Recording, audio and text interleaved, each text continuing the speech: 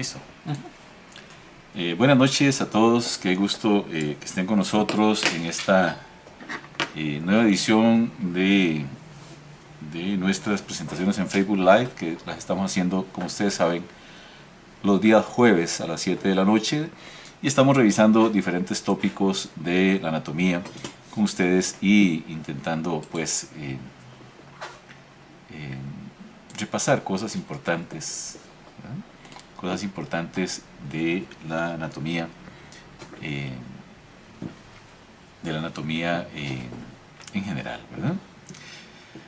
Hemos venido en las últimas 2 semanas hablando de abdomen, precisamente, de anatomía del sistema digestivo, y hemos venido desarrollando con ustedes también, con los que nos han acompañado y los que están hoy con nosotros, una disección cadavérica en vivo.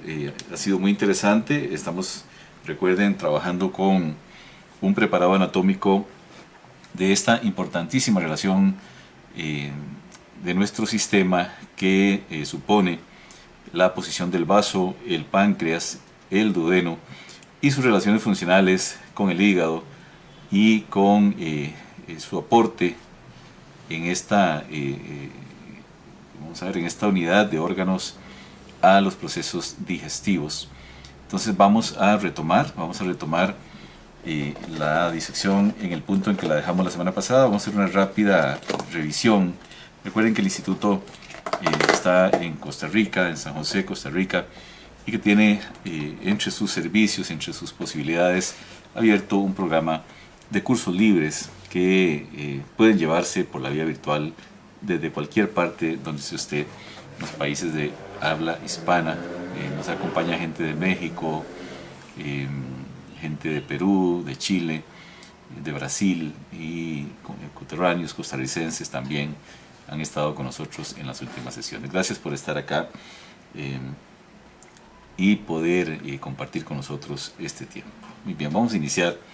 Vamos a usar hoy, además, como aporte o soporte a los procesos de disección, nuestros recursos virtuales, que los vamos a estar comparando con las unidades de disección que estamos desarrollando. Y bien, nos ponemos los guantes para poder empezar ya con estos procesos, y vamos a proyectar en principio nuestra disección, nuestro preparado anatómico, que es como sabemos lo llamamos. Hemos aprendido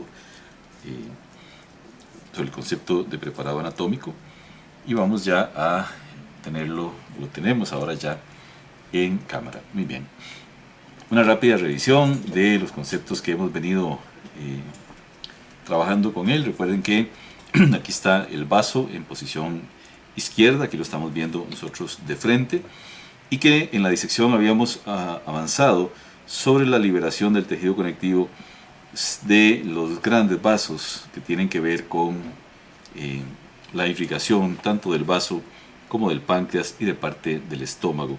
Habíamos descubierto acá con mucha claridad una de las ramas del tronco celíaco, que también lo habíamos definido en este punto. Recuerden que hablábamos de que las disecciones se empiezan a describir en un momento determinado, cuando hay ya cierta claridad que nos permite aventurarnos a darle nombre, darle nomenclatura a las diferentes estructuras que estamos encontrando. Entonces, por aquí, precisamente, nuestra arteria esplénica, la rama izquierda del tronco celíaco, que entendíamos luego pues que no solamente va al vaso, ¿verdad? Sino que también tiene importante influencia sobre una porción de la curvatura mayor del estómago y sobre parte del cuerpo del páncreas y de la cola del páncreas por medio de las arterias pancreáticas dorsales, que es como se llaman. Habíamos encontrado aquí también en el trayecto correcto la vena esplénica, ¿verdad? Su homóloga venosa acá en su trayecto de retorno, y habíamos hablado también, y la habíamos encontrado por acá, de la vena mesentérica inferior acá. Recuerden que habíamos hablado de la sangre del colon izquierdo y de la porción superior del recto, que drenan por medio de la vena esplénica, al recibir la sangre de la mesentérica inferior, hacia el sistema de venas porta. Habíamos hablado de la vena porta, habíamos dicho que como concepto se entiende que drenan a ella los órganos impares del abdomen, ¿verdad? Relacionados con los procesos digestivos, y el vaso, que no tiene funciones digestivas, ¿verdad? Es más bien un órgano linfoide, pero que sí es un órgano impar, y porque por razones puramente fisiológicas su sangre también entra a los procesos metabólicos del hígado. Habíamos encontrado por acá una porción importante de la arteria aorta, y precisamente la habíamos identificado como la porción torácica, una pequeña porción torácica, en función de la presencia de estas pequeñas arterias pares, ¿verdad?, que corresponden precisamente a las arterias intercostales. Estas son las más inferiores. Esta arteria genera al menos 10 de las 12 arterias intercostales, y aquí tenemos ya evidencia posiblemente de la arteria subcostal, que es la 12ª intercostal. Muy bien, vemos una ruptura acá del vaso, y posiblemente por debajo, inmediatamente por debajo del diafragma. Habíamos hecho una referencia en base a esta ruptura, que no necesariamente es la realidad de este preparado anatómico. Decíamos que este es un punto donde la arteria aorta suele sufrir aneurismas disecantes de aorta, y coincide con esta ruptura que, como les digo, no es evidencia de que haya sucedido un aneurisma acá. Recuerden que el aneurisma es un proceso de debilidad paulatina de las paredes de los vasos arteriales, que en un momento determinado se abren y generan, en el caso de arterias tan grandes, tan importantes como la aorta, una importante hemorragia que suele desembocar en la muerte del paciente si no se le conoce, ¿verdad? Y es bastante común que el aneurisma no sea detectado en muchos pacientes, y sucede una muerte súbita por la ruptura del vaso. Sabemos que no es la ruptura de aneurisma porque no encontramos evidencia de derrame sanguíneo en el preparado anatómico. Si así hubiese sido, aquí tendríamos una importante masa, hubiésemos tenido una importante masa de tejido sanguíneo ya coagulado, que sería la evidencia más directa o más clara de la ruptura del vaso. En todo eso lo hablamos en nuestras charlas anteriores. Veamos aquí la otra rama importante del tronco celíaco, la arteria hepática común, y observamos un pequeño tronco acá, un pequeño tronco que podría corresponder, sin que lo podamos asegurar, a la tercera rama del tronco celíaco, conocida como arteria gástrica izquierda. Bueno, hasta ahí vimos o estábamos trabajando con esta estructura. Aquí está el páncreas en posición, en toda su extensión, la cola, el cuerpo y la cabeza del páncreas, relacionada con la segunda porción del duodeno, que anda por aquí también, ¿verdad? Con la segunda porción del duodeno, que no lo hemos revelado todavía. Es importante, recuerden que desde el punto de vista funcional, la segunda porción del duodeno es una de las porciones que más recibe aporte a lo que conocemos como digestión química. Eso es importante recordarlo, ¿verdad? Vamos a saludar a la doctora Páez, que está con nosotros. Gracias, doctora, por estar acompañándonos hoy. Y a la enfermera Simón Tavares, una amiga brasileña que nos está acompañando también hoy, nos saluda. Gracias por escribirnos. Recuerden que podemos interactuar por medio del chat en Facebook Live, y vamos a estar resolviendo alguna pregunta, alguna intriga científica, como le llamamos nosotros, que le surja a usted en el desarrollo de esta actividad. Muy bien. ¿Qué tenemos que hacer hoy? Bueno, tenemos que definir un poco más. Bueno, el páncreas está claramente definido, ¿verdad? El vaso, bueno, un poco tendríamos que entrar al ilion esplénico para observar básicamente, ¿verdad?, el acceso, la entrada de la arteria esplénica y la salida precisamente de la vena esplénica. Pero hoy quiero también, y por ahí vamos a empezar, quiero darle vuelta, vamos a verlo al dorso, vamos a limpiar un poco acá nuestra agua que está por aquí, ¿verdad? Esas piezas están sometidas a tratamientos químicos, ¿verdad? Y por supuesto, de previo a su uso, pasan por un lavado amplio que nos permite trabajar con mucha comodidad, suprimiendo los efectos de los gases que generan los químicos. Aquí le vamos a dar vuelta, aquí estaríamos viéndolo, por así decirlo, por detrás, ¿verdad? Sigue tan complicado por detrás como ha sido, ¿verdad? Porque no hemos incidido acá. pero me interesa mucho. Recuerden que habíamos encontrado esta masa aquí, esta masa que tiene varias características, ¿verdad? Tiene una porción fibrosa que la vemos acá, donde hay una evidencia hemorrágica importante o interesante al menos, ¿verdad? Esto es tejido sanguíneo, ¿verdad? Bueno, las causas habría que revisarlas, ¿verdad? Puede haber sido post-mortem incluso. Y tenemos esta otra masa, ¿verdad? Que es este tejido amarillento, que es básicamente tejido graso, ¿verdad? Tejido graso, y que definíamos el otro día porque nos habíamos encontrado por ahí precisamente la vía uretral, ¿verdad? Una porción del uréter en la vía inferior, definíamos que corresponde, y por su relación también con el vaso, ¿verdad?, al riñón izquierdo, y particularmente acá a la cápsula renal, ¿verdad?, con su porción fibrosa y su porción adiposa, que es muy importante.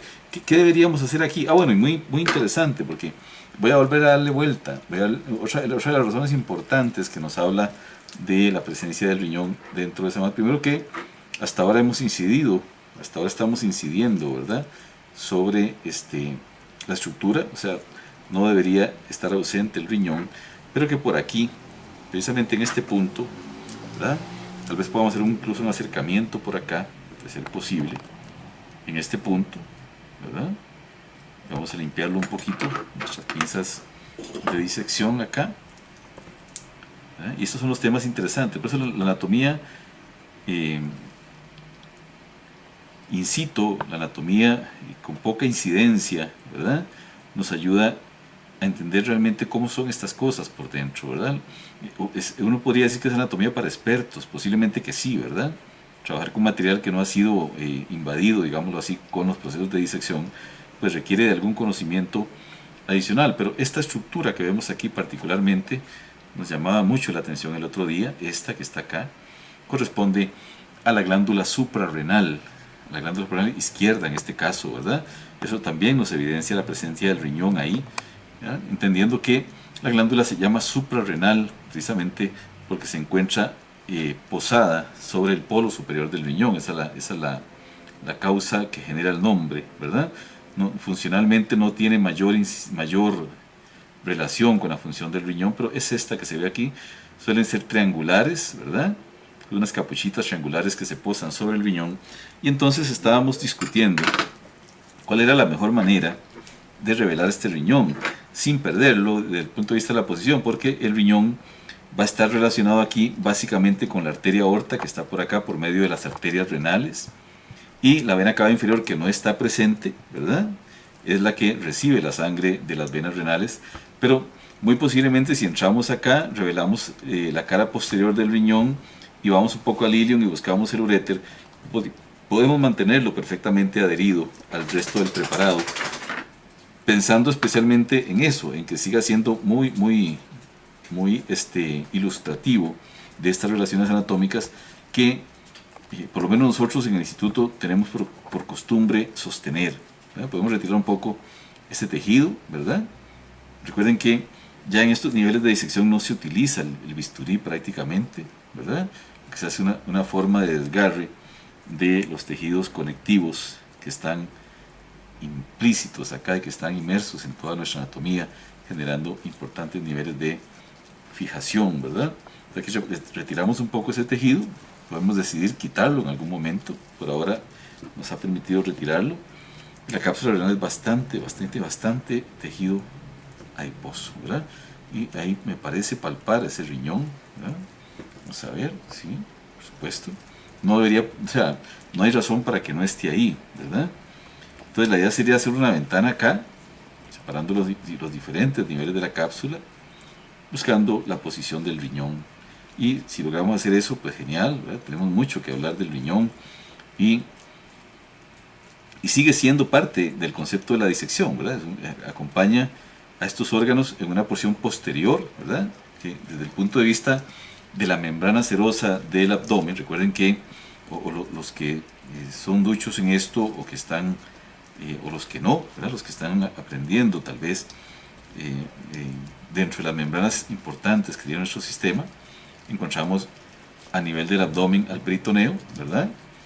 Y que pues la posición del riñón según la clasificación de los órganos en relación con, o por su relación con el peritoneo. El riñón es un órgano de tipo retroperitoneal, ¿verdad? Entonces, aquí estamos buscando nuestro riñón, ¿verdad? Entonces, el riñón acompaña estas estructuras, pero en una posición retroperitoneal, o sea, atrás, en la pared posterior, ¿verdad? Hay algunas características que un órgano debe tener para ser considerado retroperitoneal, y básicamente que se roce en su cara anterior con la cara o la lámina posterior del peritoneo. Aquí tendríamos que abrir un poco, ¿verdad? Ya estamos muy profundos en la cápsula y no aparece el riñón, ¿verdad? No aparece el riñón aún, ¿verdad? Pareciera que hay un riñón pequeño aquí. Aquí ya lo vi, aquí ya lo vi. Sí parece ser un riñón pequeño, ¿verdad? ¿Qué debemos decir del riñón? De muchas cosas, ¿verdad? El riñón es uno de los órganos cuya forma varía más. O sea, hay riñones de todo tipo, ¿verdad? Y de todo tamaño también. Pero entonces podemos decir que conceptualmente, tal y como se nos enseña, el riñón tiene forma de frijol, ¿verdad? Recuerden que lo que estamos es abriendo una ventana para verlo, para ver si podemos entrar al hilio renal y disecar los vasos y la pelvis renal, que es el origen del uréter, que ya lo vimos, que sabemos que está ahí. Ya esto es tejido renal, cubierto aún por una buena porción de tejido graso. Vamos a limpiarlo de esta manera para irlo revelando. Es un interesante detalle, ¿no? Que esté acá y que podamos verlo. Vamos a ver qué encontramos, qué tipo de riñón encontramos. Hay riñones que tienen un tamaño más grande, estos más pequeños. Este pareciera ser un riñón bastante pequeño. Podría ser un riñón también con condiciones patológicas, eso no lo sabemos, ¿verdad? Podría ser un riñón reducido por una condición patológica. Bueno, eso está por verse en nuestra disección, ¿verdad? Ahí vamos entrando. Hay riñones que tienen una forma que es conocida como riñón en herradura, que básicamente es la unión de los polos inferiores del riñón derecho con el riñón izquierdo. Realmente el paciente tiene dos riñones, ¿verdad? Pero están unidos en la línea inferior y forman una especie de herradura, por eso se les llama riñón en herradura. Vamos a abrir un poquito más acá, ¿verdad? Más hacia arriba. Hasta aquí no hemos despegado ninguna porción importante de tejido graso, ¿verdad? Que eso es un poco lo que hemos venido haciendo con respecto a la cápsula, ¿verdad? Para no perder el posicionamiento del riñón en el preparado anatómico, porque amén de las relaciones que tiene él con la arteria aorta y con la vena cava, no hay ninguna relación directa que lo ate al resto de las estructuras, al páncreas, a excepción de algunos ligamentos que también se barren en las disecciones cadavéricas y por lo tanto no suelen quedar y el riñón termina desprendiéndose, ¿verdad? Entonces es como que ese es el cuidado que estamos teniendo, ¿verdad? Para que la pieza siga manteniendo su interés. Aquí precisamente aquí en este punto, donde estoy pasando mis dedos, estamos a la altura del hilio renal. Aquí vamos a encontrar la arteria renal sin ninguna duda. Y si la estamos viendo por detrás, importante, si la estamos viendo por detrás, definitivamente es la primera que va a aparecer. Porque recordemos o revisemos el hecho de que en cuanto a la arteria y la vena renal, la vena está por delante de la arteria. Y eso suele ser más grande también, ¿verdad? O sea, que la vena va a cubrir la posición de la arteria o va a estar ligeramente atrás y hacia abajo, una arteria que suele ser más pequeña. Y entonces si la estamos viendo por detrás, lo primero que debería aparecer definitivamente es la arteria, ¿verdad? Vamos a hacer un cortecito aquí con una tijerita curva sin puntas para no dañar nada, ¿verdad? Vamos a levantar con esto y a hacer más bien una posición de apertura y de corte con mucho cuidado, ¿verdad? Muy bien. Muy bien. Excelente. Muy bien. Muy bien. Esteban Solís nos acompaña. Gracias, Esteban, por estar con nosotros. De veras que es un gusto. Conoce a nuestra amiga la doctora Páez. Ahí se saludan. Qué bueno que se encuentren en estos ámbitos nuestros, ¿verdad? Y ojalá que realmente nos sea muy útil. Aquí hay un temazo, bien interesante, ¿verdad? Bien interesante porque, y de alguna forma son temas finos de la anatomía, ¿verdad? Y los que están en esto, así como los que no, los que no aprendemos y los que estamos en esto, confirmamos de alguna manera cosas que ya sabemos, ¿verdad? Cosas que ya sabemos que suceden acá y que son importantes. Vamos a ver, seguimos con la revelación acá del hilio hepático, del hilio renal, ¿verdad? Vamos a ver un poquito acá, ¿verdad? Entendiendo de que estamos un poco cuidando esto, que no se nos desprenda, ¿verdad? Para que el preparado siga siendo muy valioso desde el punto de vista de lo que contiene. Entonces, no solamente estructuras digestivas, encontramos también acá estructuras de tipo excretor, como el riñón, ¿verdad? Además, es un importante aporte hormonal al sistema, ¿verdad? Tenemos que intentar relacionar esta estructura, ¿verdad? Esta que está aquí, que definitivamente es la arteria, esta de arriba es la vena, ¿de acuerdo? Esta es la vena renal, esta es la arteria. Pero aquí suceden muchas cosas interesantes. Por ejemplo, recordemos que en relación con la vena renal izquierda, ¿verdad? Que estando la vena cava en una posición pseudo derecha, digámoslo, en relación con la columna, porque no es una posición derecha bien definida en el sistema, o por lo menos en el abdomen, sino que en relación con la columna vertebral y tomando en cuenta la posición de la arteria aorta abdominal, la vena cava está del lado derecho, ¿verdad? Está en posición derecha, ¿verdad? Eso nos genera una vena renal más larga, ¿verdad? La vena renal más larga porque tiene que cruzar por encima de la columna vertebral y desembocar en la vena cava inferior. Y en contraposición, ¿verdad? Siendo que la arteria aorta, que es el origen de la arteria renal, de esta que tenemos aquí, que decimos que es esta, podría ser que estemos en una situación todavía muy prematura para definirla, bueno, pero sí encontramos una arteria renal muy pequeña, eso sí, o sea, no pequeña en cuanto a su extensión, sino a su diámetro. Esta que está aquí, la vemos con claridad ahí, ¿verdad? Nuestra arteria renal, ¿verdad?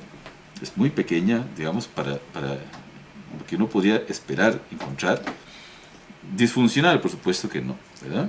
Por supuesto que no, es la anatomía de este preparado, ¿verdad?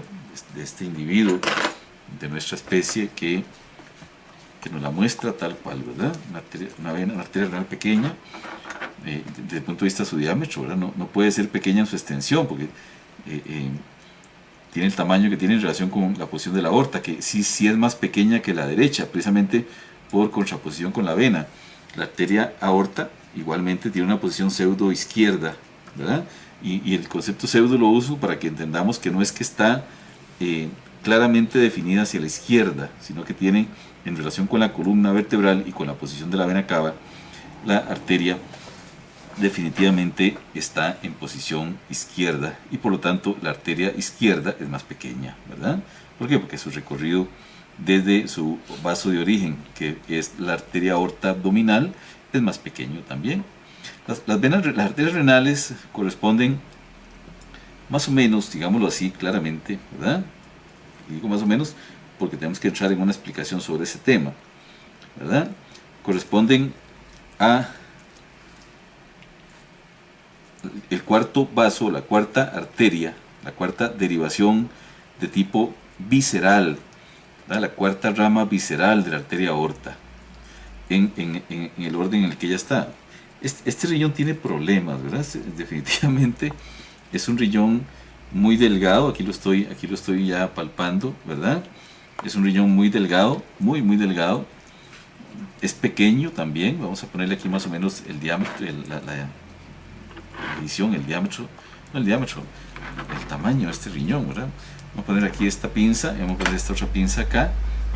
Es un riñón relativamente pequeño, es muy delgado, muy delgado. Posiblemente estamos ante una condición patológica en este riñón, ¿verdad?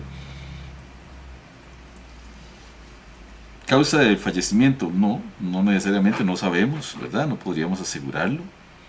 Anatomía alterada, sí, claro que sí, tiene su anatomía muy alterada este es un tema interesante, porque de las cosas interesantes de la anatomía es esto, ¿verdad?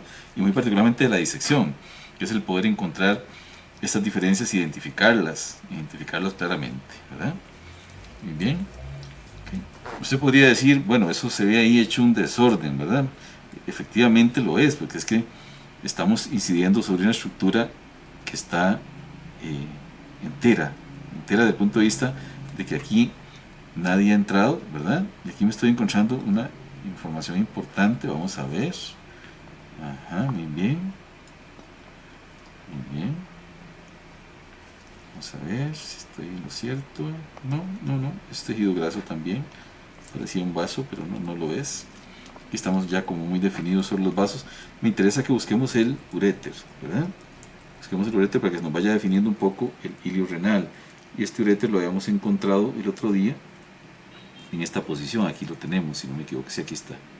Es este que está aquí, vamos a limpiarlo. Vamos a limpiarlo un poquito, intentando relacionarlo con la porción superior, ¿verdad? Con la porción renal del uréter. Vamos a tratar de palparlo acá. Ajá, aquí se palpa muy bien. Aquí se palpa muy bien el uréter descendiendo. ¿Verdad? Recuerden que el uréter es una derivación de una estructura triangular que sale del hilio renal, que conocemos como pelvis renal, ¿verdad? Vamos a ver si lo encontramos, si es que está separado, si está cortado, podría ser. Vamos a ver si le llegamos a nuestro uréter. Bueno, busquémoslo desde arriba entonces. Busquémoslo un poquito desde arriba, porque debería estar en esta posición. Perfecto. Chequeando que no estemos viéndolo al revés, ¿verdad? Efectivamente, esto es posterior, esta es la línea inferior, esta es la línea superior, esto es polo inferior del riñón, esto es polo superior. Entonces sí, deberíamos encontrarlo en esta disposición acá. Vamos a ver si está seccionado este riñón, este uréter. Bueno, aquí está precisamente, vamos a irlo separando. Muy bien, vamos a hacer una pinza un poquito más cortante. Ajá. Muy bien.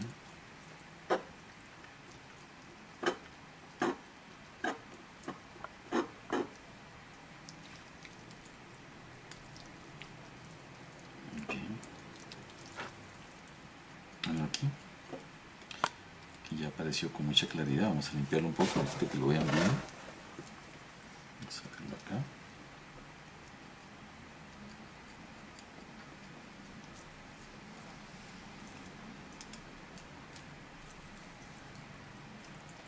Estamos tratando de que nuestro preparado anatómico no pierda esta importante relación. Ahí está, muy bien.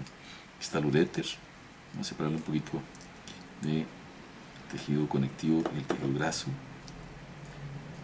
Aquí lo vemos. Es un uréter muy grande para el riñón, de un buen diámetro, digamos, ¿verdad? Está muy distendido este uréter. Hay una condición, digámoslo así, que altera la anatomía normal de este órgano, ¿verdad? Bien. Vean el uréter, es un uréter de buen rango, un uréter grande, digamos, desde el punto de vista de su diámetro, considerando la condición del riñón. Okay, vamos a usar la pinza. Muy bien.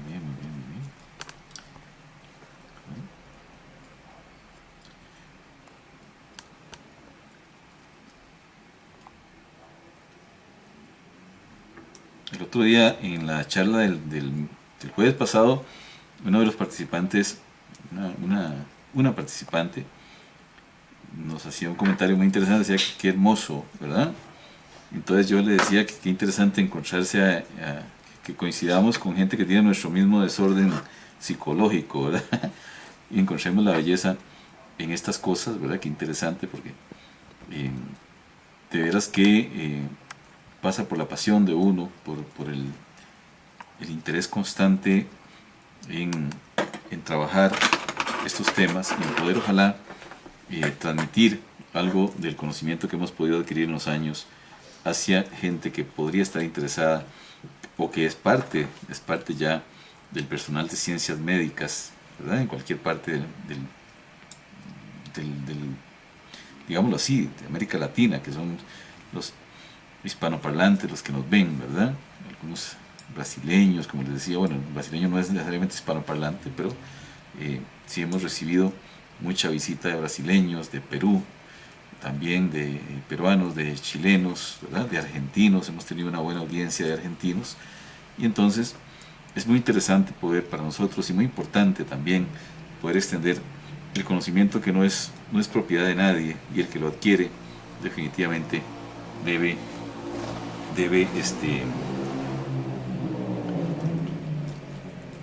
mostrarlo. Vamos a hacer una relación aquí importante con nuestra app. Quiero que nos ubiquemos, para los que tal vez no están muy bien ubicados todavía en esta disección que estamos haciendo. Estamos limpiando un poco del tejido graso que se vuelve más líquido, que nos quita un poco el brillo, nos da un poquito. Es un riñón con muchos problemas, definitivamente, ¿verdad? Es un riñón con muchos problemas. No se observa claramente. Creo que va a requerir una disección que nos permita verlo con más claridad, no para entenderlo, sino para estudiarlo. Porque vemos una pelvis renal muy amplia acá, ¿verdad? Que es el origen del uréter, muy amplia. Yo diría que gigantesca en relación con el tamaño de este riñón. Puede ser que esté expuesta, que el parénquima renal se haya reducido mucho y entonces la haya expuesto porciones internas, inclusive de los cálices, ¿verdad? Hay que entrar acá a la fosa también, a la cavidad renal acá, de manera importante en el ilium, para encontrar estas cosas, pero definitivamente esto lo que hace es aumentarnos la intriga, ¿verdad? Es el querer entrar más ahí. Veamos un poquito acá en nuestra app, que la tenemos hoy totalmente habilitada, temas que son importantes acá, ¿verdad? Ahí estamos con la visión de abdomen, ¿verdad? Estamos con la visión de abdomen en nuestra app, y estaríamos intentando acá recrear un poquito la región anatómica sobre la que estamos trabajando, muy particularmente a nivel de abdomen, ¿verdad? Podríamos estar eliminando acá nuestro estómago en principio, que nos estorba para ver estas relaciones. Quitamos ahí, perdón, volvamos a esta posición. Ok, muy bien. Ahí básicamente, muy interesante, ¿verdad? Básicamente lo que estamos eliminando es la línea peritoneal que está sobre la cara anterior del estómago, en este caso, ¿verdad? Y ahí nos aparece el órgano, ahí está el estómago, ¿verdad? Ahí está el estómago. Ya observamos estructuras más profundas de él, ¿verdad? Ahora vamos a irlo eliminando porque nos interesa entrar al punto, al plano en el que estamos, ¿verdad? Vamos a hacer una selección múltiple aquí para poder ir eliminando el órgano de manera ordenada. Es lo que llamaríamos una disección digital, ¿verdad? Muy bien. Estamos marcándolo. Ok. Vamos a ir eliminando esas porciones. Ok, ahí estamos. Ahí se observa la mucosa interna del órgano. No es nuestro interés en este momento. Estamos ahí pues eliminando algunas cosas más, ¿verdad? Ok, ahora sí, ahí estamos más a rango de lo que estamos haciendo, ¿verdad? Entonces ahí encontramos el páncreas en posición acá, ¿verdad? Aquí está el duodeno, precisamente, aquí está el duodeno, y no está el vaso en este caso, ¿verdad? Vamos a ver si encontramos alguna posición del vaso acá. Ok, vamos a ver. Ahí apareció la glándula suprarrenal, de la que estábamos hablando ahora, precisamente a la izquierda, ¿verdad? Muy bien. Ok. No aparece nuestro vaso, ¿verdad? Vamos a ver si lo sumamos aquí, con tejido linfoide. Muy bien. Ok, ahora sí, ahí tenemos el vaso, ¿verdad? Ahí tenemos el vaso en su relación con el páncreas, la cola, ¿verdad? Del páncreas relacionada con el vaso, y aquí precisamente la cabeza relacionada con la segunda porción del duodeno. Y podemos meterle por acá, vamos a ver, acá precisamente la posición de nuestro riñón. Ahí lo vemos tal cual, con la cápsula renal sobre el polo superior, que es lo que estábamos refiriendo anteriormente, ¿verdad? Vamos a ver, no nos está girando correctamente nuestra app hoy por alguna extraña razón. nos está volviendo en una posición que no es la correcta, ¿verdad? No nos está permitiendo ver la vía posterior. Bueno, hay alguna situación que se está presentando, pero no importa, aquí tenemos el riñón, ¿verdad? Podríamos suprimir la posición del páncreas, precisamente acá. Vamos a marcarlo. Simplemente es la red la que anda un poco lenta y no se está permitiendo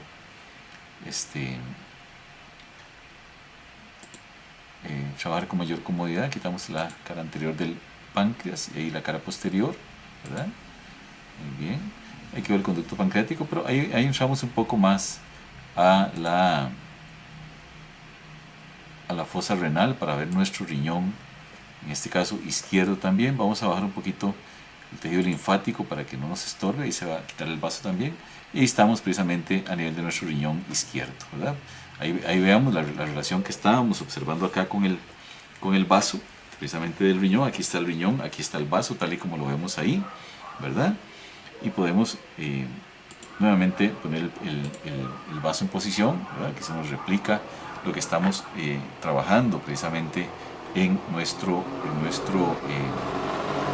preparado anatómico, esa relación importante entre el vaso, y aquí estamos viendo nosotros por detrás, aquí en el app la estamos viendo por delante, esta relación anatómica, y es exactamente lo que estamos observando, ¿verdad? Lo que estamos observando.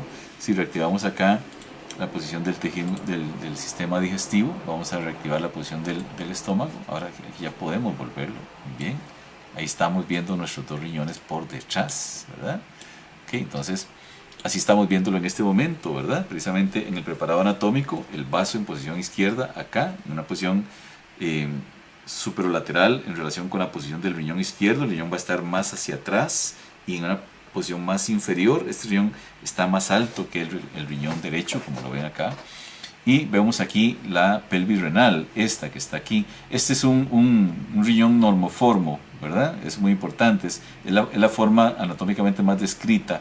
Y como decíamos, uno de los órganos con más variantes. Aquí está la pelvis renal, esta que está aquí, que la vamos a marcar ahí.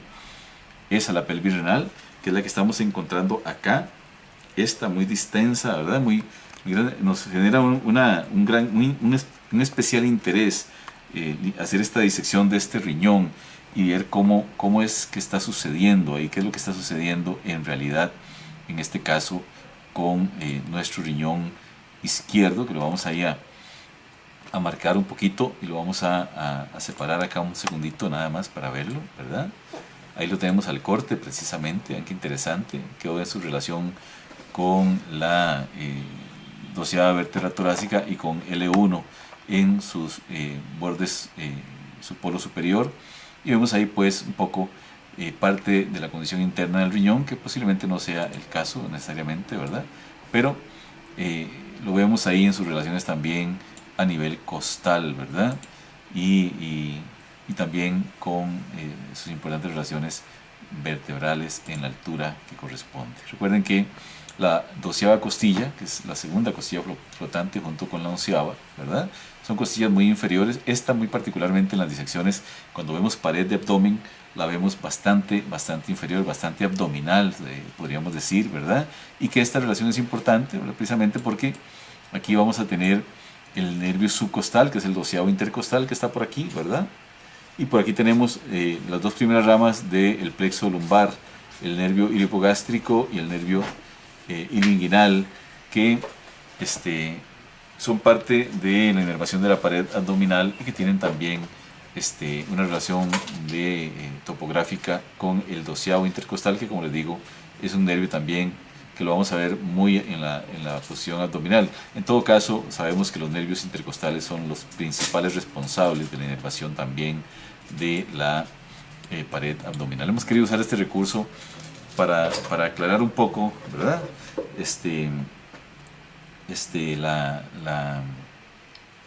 La condición. Voy a ver ahí un poquito, vamos a ver. Ahí está Marco Cordero, lo saludamos, a Cintia Muñoz. Gracias, Cintia, por estar con nosotros, de veras le agradecemos mucho. Y la doctora hace una importante observación, dice que impresiona la pielonefritis, ¿verdad? Y el megauréter, que efectivamente es muy grande, a pesar del tamaño del riñón, que es tan pequeño, ¿verdad? O sea, y de la condición general del riñón. Esta disección vamos a ver, de un giro, digámoslo así, pasa de una disección de tipo estrictamente anatómico y entra de alguna manera a una condición patológica de este riñón que definitivamente yo me atrevo en mi conocimiento a asegurarlo. Aquí había una disfunción renal, debió haberla, ¿verdad? En el paciente, insistimos, no podemos definirlo como causa de muerte porque no tenemos la clínica del paciente, pero pudo haber estado involucrado, ¿verdad? En una condición de salud desmejorada de este paciente, posiblemente en sus periodos finales previos al fallecimiento. Volvemos aquí entonces un poco en lo que podemos entender con claridad la posición de la uretra muy distendida, y bien como dice la doctora, un megaureter, definitivamente un ureter de un diámetro particularmente amplio, y la arteria por acá y la vena arriba, ¿verdad? La vena renal arriba y en posición ligeramente más anterior, ¿verdad? Eso lo vemos aquí. Aquí está la arteria aorta, ¿verdad? Aquí está la arteria aorta, por lo menos en su porción torácica, y una parte de la porción abdominal está muy destruida en este nivel. No creo que exista una relación en este momento que esté íntegra la relación entre la arteria aorta y la arteria renal, ¿verdad? Pareciera que no, parece que está cortada, ¿verdad? Y eso pues lo entendemos desde el punto de vista del preparado. Volvamos entonces a nuestro origen, vámonos adelante, ¿verdad? Vámonos adelante donde hemos encontrado ya estas cosas importantes que podemos seguir trabajando en lo que falta de nuestra presentación de hoy. Vamos a separar un poquito esta porción de grasa del ilium esplénico y tratemos de encontrar esta relación acá. Busquemos aquí un poquito, ¿verdad? Vean esta zona verdosa, la ven acá, precisamente, ¿verdad? Espero que la observen bien porque la vamos a limpiar, ¿verdad? Entendemos a qué pertenece, ¿verdad? Este definitivamente corresponde a uno de los conductos extrahepáticos, ¿verdad? Uno de los conductos acompañado también, y es muy interesante, de la rama de la arteria hepática común, que es esta que está aquí, ¿verdad? Aquí está la arteria hepática propia, bien, y aquí está también el uréter, y por el nivel, y encontrando aquí dos conductos, ¿verdad? Este que está aquí, y este otro que está aquí. Es muy interesante esto, véanlo acá. Ojalá puedan verlo en un acercamiento conmigo porque vamos a llegar a conclusiones importantes aquí, ¿verdad? Del punto de vista de esta relación que es fundamental, ¿verdad? Es fundamental. Vamos a limpiar aquí muy poquito acá, porque lo interesante de todo esto es que lo podamos ver así. Y si lo estamos viendo así, tenemos que también buscar un poquito acá. Limpiamos aquí atrás un poco, ¿verdad? Limpiamos aquí atrás un poco para liberar estas importantes estructuras. Muy bien. Muy bien. Limpiamos aquí un poquito. Muy bien. Estamos aquí ante la presencia posiblemente de lo que llamamos la arteria hepática, ¿verdad?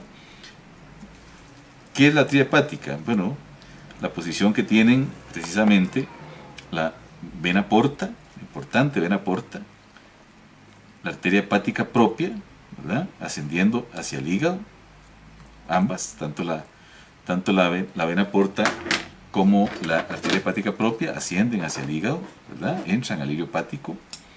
Una como rama de la arteria hepática común, rama del tronco celíaco, y la otra más bien derivándose de la conjunción de la vena esplénica, que la vemos aquí, y de la vena mesentérica superior, que no la hemos revelado, ¿verdad? Pero tiene que estar en esta posición acá, ascendiendo acá para encontrarse con la vena esplénica y formar la vena porta y sumarse a la arteria hepática ascendiendo hacia el hígado junto con la arteria, ¿verdad?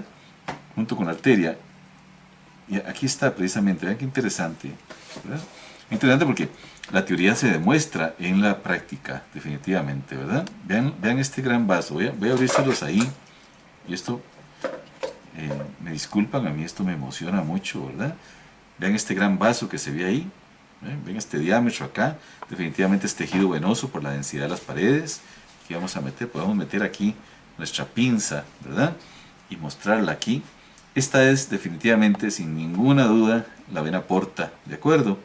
Esta es la vena porta Esta que está aquí es la arteria hepática propia, ¿verdad? Una rama, como decimos, de esta arteria del tronco celíaco, que es este que está aquí, ¿verdad?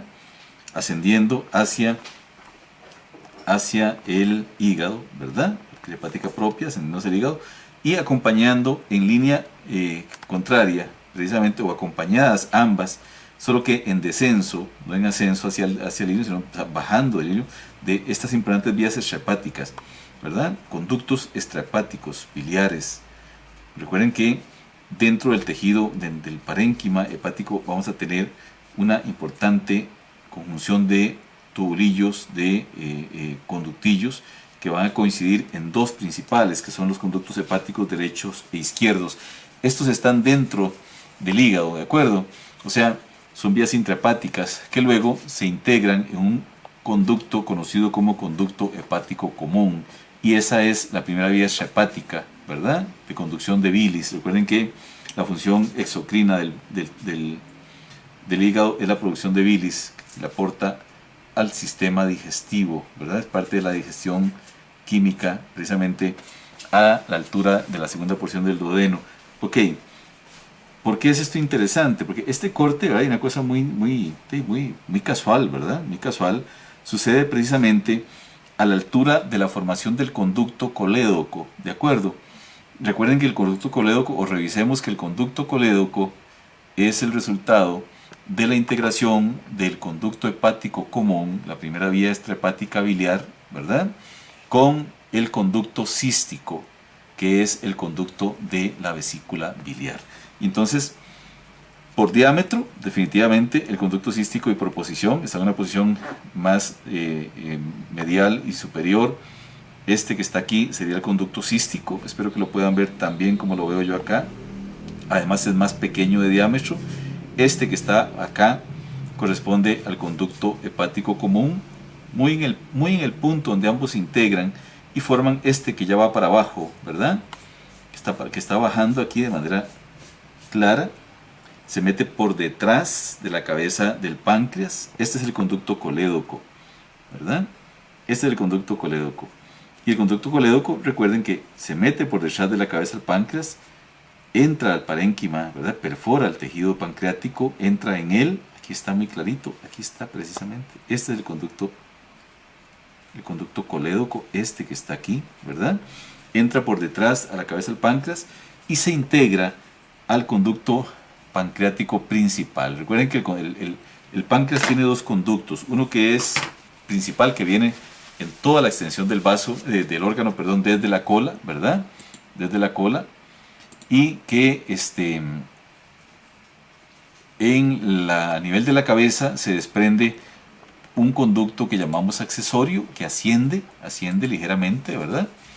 Y que desembocan tanto el conducto pancreático principal como el conducto colédoco, desembocan juntos a la altura de la segunda porción del duodeno, ligeramente por debajo de la desembocadura del conducto pancreático accesorio, que asciende, como les decía, y desemboca ligeramente más arriba. Esos puntos de desembocadura son conocidos como ámpolas, ¿de acuerdo? El ámpola principal para la desembocadura tanto del conducto colédoco como aquí está nuestro páncreas, ¿verdad? Vamos a quitarle la cara anterior para ver esos detalles que son importantes, ¿verdad? Muy bien, ahí lo tenemos precisamente, ¿verdad? Ahí está el conducto pancreático principal. Muy bien. Muy bien. No logramos aquí, tal vez. Tendríamos que quitar nuestro duodeno. Bueno, quitemos nuestro duodeno. Vamos a sacrificar nuestro duodeno un segundito para ver hasta dónde logramos ahí, ¿verdad? Hasta dónde logramos encontrar esta información de la que estamos hablando, en vista de que pues la disección nos lleva a eso, ¿verdad? Estamos encontrando ahí, muy bien, estamos encontrando ahí, tenemos el colon transverso que nos está estorbando, ¿verdad? Ok, ahí lo vamos a quitar. Muy bien, quitamos la cara anterior, quitémoslo todo. Ok. Perfecto, muy bien. Ok, aquí está precisamente la evidencia, ¿verdad?, de lo que estamos hablando. Esta es lo que llamamos el ámpola accesoria y esta el ámpola principal. Aquí están desembocando el conducto colédoco y vean la mancha verdosa la podemos ver aquí. Vamos a apartarnos un poquito aquí. Esa mancha verdosa define el punto de integración de ambos conductos, tanto el conducto pancreático principal, que es este, que en el app tiene un giro hacia la línea inferior y luego vuelve a la línea media, ¿verdad? Para ponerse lateral en posición horizontal y desembocar aquí en el ámpula accesoria, acá, junto con el conducto colédoco. Podríamos incluso entrar por aquí atrás, intentar entrar por detrás, ¿verdad? Aquí, perfecto. No podría ser mejor. Ahí está, quitemos un poquito el tejido linfoide para poder observarlo, ¿verdad? Esta es la realidad de la que estamos hablando, ¿verdad? Precisamente. Este es nuestro conducto colédoco, esta es la cabeza del páncreas, él la penetra ahí, como pueden ver, ¿verdad? Es lo que estamos viendo en el preparado, por lo menos la construcción de este conducto, ¿verdad? No hemos llegado al punto de verlo entrar, que sin duda alguna, si le damos seguimiento, vamos a encontrar el punto de entrada del conducto colédoco en nuestro preparado orgánico que replica, ¿verdad? Esto que estamos viendo acá, que es muy, muy interesante. ¿Por qué es importante? Porque definitivamente es una de las relaciones funcionales más relevantes de los procesos digestivos químicos, ¿verdad?